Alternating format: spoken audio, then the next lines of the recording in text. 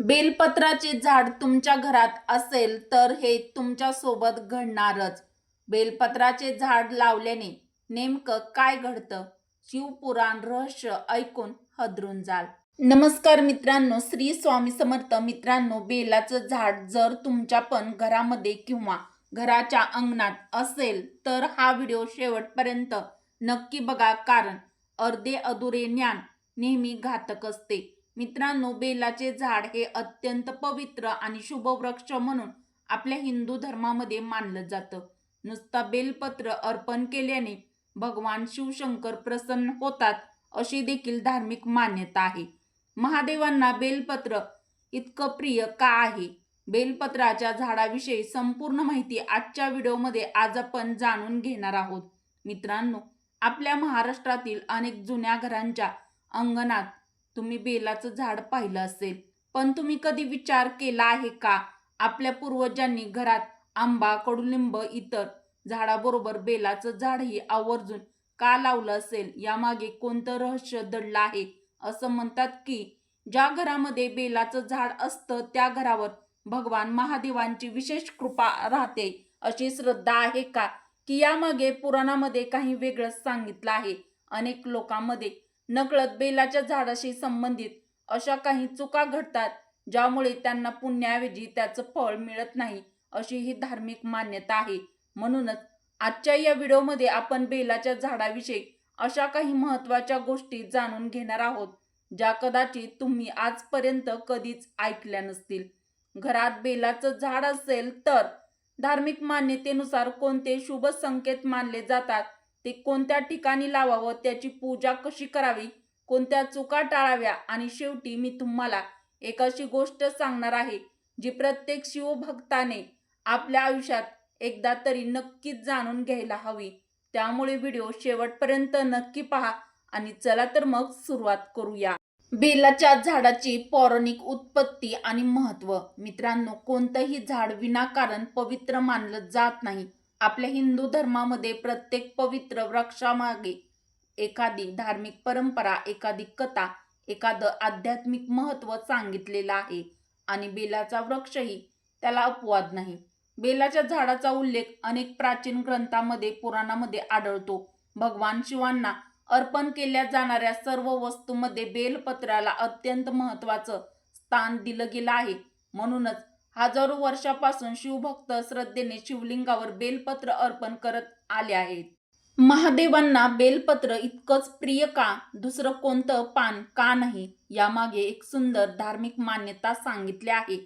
असं मानलं जातं की बेलपत्राच्या 3 पानांमध्ये भगवान शिवांचे 3 नेत्र, तसेच सृष्टीचे निर्माण करता ब्रह्मा, पालन करता विष्णू, संहार करता महेश यांचं प्रतिकात्मक स्वरूप पाहिलं जातं. काही ठिकाणी 3 पानं सत्व, रज आणि तम या 3 गुणांचं प्रतीक मानले जातात. त्यामुळे भक्त जेव्हा श्रद्धेने एक बेलपत्र शिवलिंगावर अर्पण करतो तेव्हा तो केवळ एक पान अर्पण करत नसतो, तर तो आपल्या भक्तीचा, नम्रतेचा, समर्पणाचा भाव भगवान शंकराच्या चरणी अर्पण करत असतो. मित्रांनो, आणखीन एक गोष्ट लक्षात घ्या. आपल्या पूर्वजांनी घराजवळ बेलाचं झाड लावण्याची परंपरा फक्त धार्मिक कारणासाठी ठेवली नव्हती. हे झाड दीर्घकाळ जगणारं, सावली देणारं, औषधी गुणांनी समृद्ध असल्यामुळेही त्याला विशेष स्थान मिळालं. म्हणूनच आजही अनेक शिवमंदिराच्या परिसरात बेलाचं वृक्ष आवर्जून लावलेलं दिसतात. अनेक शिवभक्त आपल्या घरात बेलाचं झाड असणं हे मोठं भाग्य मानतात. पण मित्रांनो, फक्त बेलाचं झाड घरात असणं पुरेसं आहे का? की त्यासोबत काही नियम, काही आचार, काही महत्त्वाच्या गोष्टीही पाळाव्या लागतात? याचं उत्तर पुढच्या भागात आपण जाणून घेणार आहोत. तर मित्रांनो, बेलाच्या वृक्षाची पौराणिक उत्पत्ती जाणून घेऊया. मित्रांनो, एखादं झाड आपल्या धर्मात इतकं पवित्र का मानलं जातं, यामागे नक्कीच काहीतरी कारण असतं. आपल्या सनातन परंपरेत प्रत्येक पवित्र वृक्षामागे एखादी धार्मिक कथा, एखादी श्रद्धा आणि एक सुंदर संदेश दडलेला आहे. बेलवृक्षाचंही अगदी तसंच आहे. बेलवृक्षाच्या उत्पत्तीबद्दल अनेक लोक परंपरा, धार्मिक कथा प्रचलित आहेत. त्यापैकी स्कंद पुराणात सांगितलेली एक सुंदर कथा आजही अनेक शिवभक्त मोठ्या श्रद्धेने सांगतात. असं सांगितलं जातं की एकदा माता पार्वती कैलास पर्वतावर विहार करत होत्या. बराच वेळ क्रीडा केल्यानंतर त्यांच्या कपाळावर घामाचे काही थेंब आले. त्यांनी सहजपणे तो घाम पुसला आणि त्यातील एक थेंब पृथ्वीवर पडला. धार्मिक मान्यतेनुसार ज्या ठिकाणी तो पवित्र घामाचा थेंब पडला त्याच ठिकाणी पहिल्यांदा बिल्व म्हणजेच बेलवृक्षाची उत्पत्ती झाली. यामुळे बेलवृक्षाला माता पार्वतीचे स्वरूप मानले जाऊ लागले आणि माता पार्वती जिथे असतात तिथे भगवान शिवांचाही वास असतो अशी भक्तांची श्रद्धा आहे. आणि म्हणूनच भगवान महादेवांना बेलपत्र अत्यंत प्रिय आहे असे मानले जाते. आता तुम्ही कधी विचार केला आहे का, शिवलिंगावर नेहमी 3 पानाचंच बेलपत्र का अर्पण केलं जातं? यामागे एक सुंदर धार्मिक अर्थ सांगितला जातो. त्या 3 पानामध्ये भगवान शिवांचे 3 नेत्र, ब्रह्मा, विष्णू, महेश या त्रिदेवांचे प्रतिकात्मक स्वरूप पाहिले जाते. काही विद्वान या 3 पानांना सत्व, रज, तम या 3 गुणांचंही प्रतीक मानतात. आणि म्हणून जेव्हा भक्त श्रद्धेने बेलपत्र भगवान शिवांना अर्पण करतात तेव्हा ते फक्त एक पान अर्पण करत नाही, तर आपल्या मनातील भक्ती, नम्रता, समर्पणाचा भाव महादेवांच्या चरणी अर्पण करत असतात. मित्रांनो, म्हणूनच आपल्या पूर्वजांनी बेलवृक्षाला केवळ एक झाड म्हणून पाहिलं नाही, त्यांनी त्याला श्रद्धेचं, भक्तीचं आणि निसर्गाशी असलेल्या आपल्या नात्याचं पवित्र प्रतीक मानलं. म्हणून आजही अनेक शिवमंदिराच्या परिसरात बेलाचे वृक्ष आवर्जून लावलेले दिसतात. अनेक कुटुंबे आपल्या घरात बेलाचे झाड असणे हे खूप मोठे सौभाग्य मानतात. पण मित्रांनो, घरात बेलाचे झाड असलं म्हणजे नेमकं काय शुभ मानलं जातं? धार्मिक परंपरेनुसार अशा घरात कोणते शुभ संकेत मानले जातात? चला आता याच विषयी सुरुवात करूया. घरात बेलाचे झाड असेल तर पहिला शुभ संकेत काय मिळतो? मित्रांनो, आता आपण त्या मुख्य प्रश्नाकडे येऊया ज्यासाठी तुम्ही हा व्हिडिओ पाहत आहात. घरात बेलाचे झाड असेल तर खरंच काय घडतं, यामागे धर्मशास्त्र आणि आपली परंपरा काय सांगतात? सर्वात पहिली आणि सर्वात महत्त्वाची गोष्ट म्हणजे ज्या घरात बेलाचे झाड असते ते घर भगवान शिवांच्या कृपेसाठी पात्र मानले जाते अशी धार्मिक श्रद्धा आहे. आता याचा अर्थ असा अजिबात नाही की त्या घरात कोणतेही दुःख येणार नाही किंवा कोणतेही मोठी अडचण येणार नाही. प्रत्येकाच्या जीवनात सुख दुःख येतच असतात, पण श्रद्धेने महादेवांची उपासना करणाऱ्या भक्ताला संकटांना सामोरे जाण्याची शक्ती मिळते अशी आपल्या धर्माची शिकवण आहे. आपल्या महाराष्ट्रातही तुम्ही पाहिलं असेल, अनेक जुन्या शिवमंदिराच्या परिसरात आवर्जून बेलाचे वृक्ष लावलेले असतात. हा केवळ योगायोग नाही, यामागे अनेक पिढ्यांची श्रद्धा आहे. कारण बेलपत्राशिवाय भगवान शिवांची पूजा अपूर्ण मानली जाते अशी धार्मिक मान्यता आहे. म्हणूनच ज्या घराच्या अंगणात बेलाचं झाड असतं त्या घरातील लोकांना रोज ताजं बेलपत्र भगवान शंकरांना अर्पण करण्याचं भाग्य लाभतं. बाजारातून बेलपत्र आणण्याची गरज पडत नाही. सकाळी स्नान करून श्रद्धेने काही बेलपत्र तोडायची, महादेवांना अर्पण करायची, ओम नमः शिवाय या मंत्राचा जप करायचा. अनेक शिवभक्त आजही ही परंपरा जपताना दिसतात. महादेवांना बेलपत्र प्रिय आहे, पण त्याहून अधिक प्रिय आहे भक्ताचा निष्कपट भाव. जर मनात अहंकार, द्वेष, फसवणूक असेल तर केवळ हजारो बेलपत्र अर्पण करून काहीच उपयोग नाही. पण मनापासून केलेली एक छोटी पूजा देखील भगवान शंकर स्वीकारतात अशी आपल्या धर्मात श्रद्धा आहे. म्हणून जर तुमच्या घरी बेलाचे झाड असेल तर त्याकडे फक्त एक झाड म्हणून पाहू नका. त्याची सेवा करा, त्याला पाणी घाला, त्याचा आदर करा, श्रद्धेने भगवान शिवांची उपासना करा.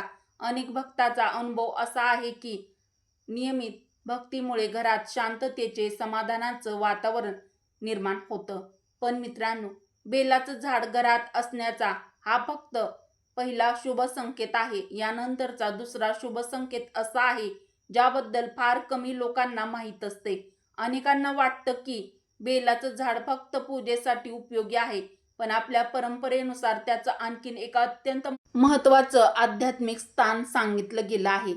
पण ते नेमकं काय आहे? चला पुढच्या भागात जाणून घेऊया.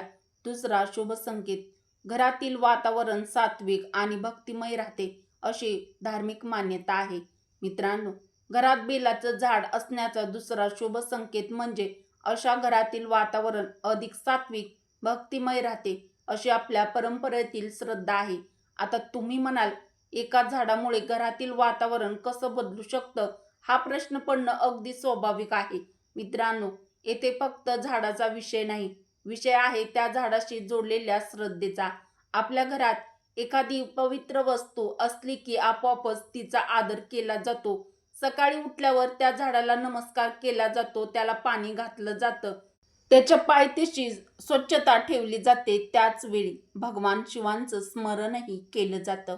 यामुळे घरात रोज काही क्षण तरी भक्तीचे वातावरण निर्माण होते. ज्या घरात रोज देवाचं स्मरण होतं, नामस्मरण होतं, प्रार्थना होते, त्या घरातील वातावरण शांत, प्रसन्न वाटतं, असा अनेकांचा अनुभव आहे. आणि म्हणूनच आपल्या पूर्वजांनी केवळ देवघरातच नाही तर अंगणातही तुळस, बेल, औदुंबर, पिंपळ यासारख्या पवित्र वृक्षांना स्थान दिलं आहे. कारण त्यांना वाटत होतं, माणूस जितका निसर्गाच्या जवळ राहील तितकाच तो देवाच्या जवळ राहील.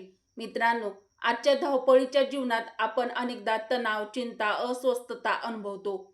अशा वेळी सकाळी काही मिनिटं बेलाच्या झाडाजवळ उभं राहून ओम नमः शिवाय या मंत्राचा जप करणं ही अनेक शिवभक्ताची वर्षानुवर्षांची परंपरा आहे.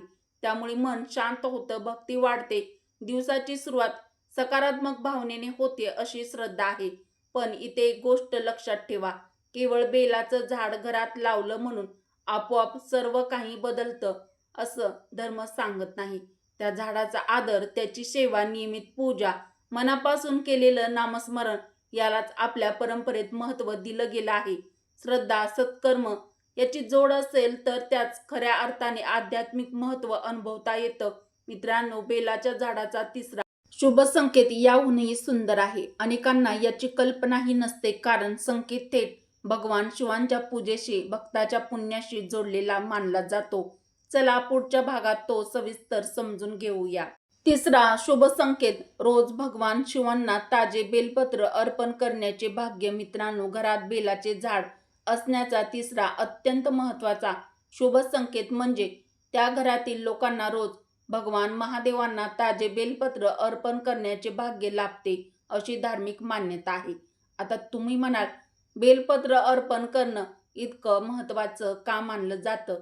मित्रांनो, आपल्या धर्मग्रंथामध्ये भगवान शिवांच्या पूजेमध्ये बेलपत्राला अत्यंत महत्त्वाचं स्थान दिलं गेलं आहे. अनेक भक्त दूध, पाणी, मध, दही, तूप याचा अभिषेक करतात, पण या सर्वांसोबत श्रद्धेने अर्पण केलेलं बेलपत्र ही शिवपूजेतील एक महत्त्वाचं अर्पण आहे. यामुळेच अनेक शिवभक्त श्रावण महिना सुरू होण्यापूर्वीच बेलपत्राची व्यवस्था करतात.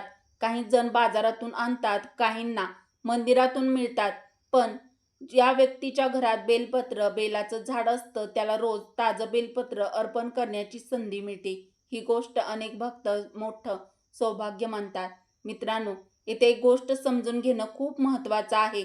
भगवान शिवांना बेलपत्र नको असते, त्यामागचा भाव महत्त्वाचा असतो. जर एखाद्याने 1000 बेलपत्र अर्पण केली पण मनात अहंकार असेल, पूजेचं फळ कमी होतं, अशी आपल्या धर्मामध्ये शिकवण आहे. उलट एखाद्या भक्ताने मनापासून एक बेलपत्र अर्पण केलं तरी महादेव त्याच्या भक्तीवर प्रसन्न होतात. महादेव आपला भोळा भाव पाहतात. म्हणूनच आपल्या आजी आजोबा नेहमी सांगायचे, वस्तूपेक्षा भक्ताचा भाव मोठा असतो. ही गोष्ट आपण कधीही विसरू नये. आणखीन एक महत्त्वाची गोष्ट, बेलपत्र तोडताना काही पारंपरिक नियम सांगितले गेले आहेत. झाडाला इजा होईल इतकी पाने तोडू नये. पूजेसाठी जितकी गरज आहे तितकीच पाने तोडावी. कीड लागलेली, तुटलेली, पूर्ण वाळलेली पाने अर्पण करू नयेत, अशी श्रद्धा आहे. जर तुमच्या घरी पण बेलाचं झाड असेल तर ते कधीही दुर्लक्षित करू नका. त्याच्या भोवती कचरा टाकू नका. त्याला विनाकारण इजा करू नका. आणि फक्त पूजेसाठीच नव्हे तर प्रेमाने त्याची काळजी घ्या. कारण श्रद्धा म्हणजे फक्त नमस्कार करणं नाही, तर ज्या गोष्टीला आपण पवित्र मानतो तिचं जतनही करणं तितकंच महत्त्वाचं आहे.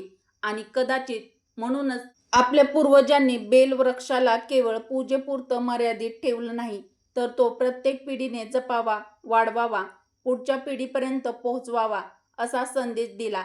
जर तुमच्या घरी बेलाचं झाड असेल तर त्याची मनापासून सेवा करा. त्याला प्रेमाने जपा, स्वच्छ ठेवा आणि शक्य असेल तेव्हा भगवान महादेवांना श्रद्धेने बेलपत्र अर्पण करा.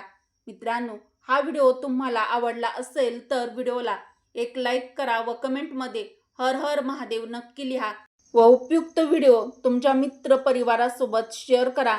अशा श्रद्धापूर्ण, माहितीपूर्ण आणि सनातन धर्माशी संबंधित व्हिडिओसाठी मराठी मंगल या आपल्या चॅनलला सबस्क्राईब करायला विसरू नका.